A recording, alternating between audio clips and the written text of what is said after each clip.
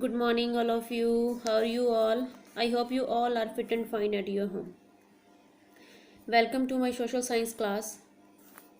In yesterday, we have read about the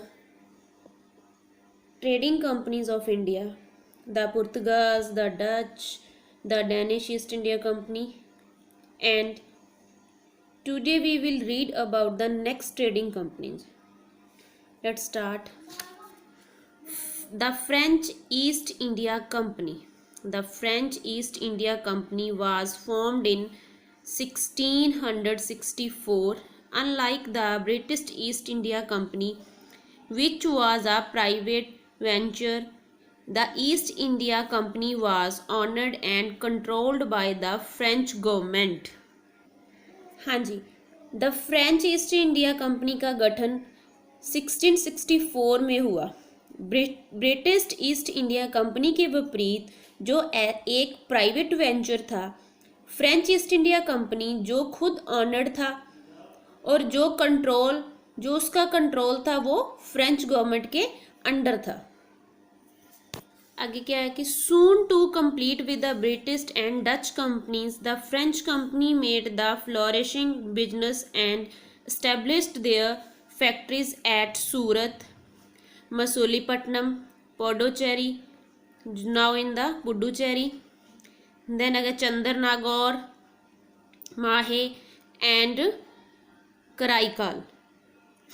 इसमें क्या है कि जल्दी जो ब्रिटिश और डच कंपनी के साथ कंप्लीट करने के लिए फ्रेंच कंपनी ने अच्छा बिजनेस किया और सूरत में, मसूलीपट्टनम, पुडुचेरी, चंद्रनगर के माहे आदि में फैक्ट्रीज एस्टेब्लिश कर दी। हाँ जी, नेक्स्ट है the English British east India company. The British East India Company was started by the group of wealthy merchant and estuarist in 1599. On 30th December 1600, they were granted a royal charter from Queen Elizabeth I to have to exclusive right to trade with the East। The English British east India company को 1599 में अमीर merchants के group द्वारा शुरू किया गया था। इन 31 दिसंबर 1600 को उन्हें क्वीन एलिजाबेथ I से एक रॉयल चार्टर दिया गया था जिसमें उनके साथ व्यापार करने का विशेष राइट था। Next is the East India company to England established its first factory at Surat in 1612। England की ईस्ट इंडिया कंपनी ने सूरत में 1612 में अपनी फर्स्ट फैक्ट्री एस्टेब्लिश की। They received an imperial farman in 1618 from the Mughal Empire Jahangir to set up the permanent factory at Surat। उन्होंने 1618 में Mughal empire Jahangir से सूरत में परमानेंट फैक्ट्री को सेटअप करने के लिए इम्पेरियल होता है शाही खेत फार्मैन प्राप्त किया। They also set up their factories at Masulipatnam, Hariharpur and Balasore during 1616 to 1633। उन्होंने 1616 से लेकर 1633 के दौरान मसूलीपट्टनम हो गया, हरिहरपुर हो गया एंड बलासोर में अपनी फैक्ट्रीज स्थापित कर ली। हाँ जी, in 1639 the company brought a piece of land from the chieftain in Chandragiri and founded the city of Madras, now Chennai, on the east coast. Here they built their first fort at Madras, now in Chennai, and named it as Fort St. George and made it the headquarter of English settlement at Coromandel Coast in India। हाँ जी, in 1639 company में चंद्रगिरी के मुखिया से land का piece bye किया और east coast पर द सिटी ऑफ मद्रास की स्थापना की।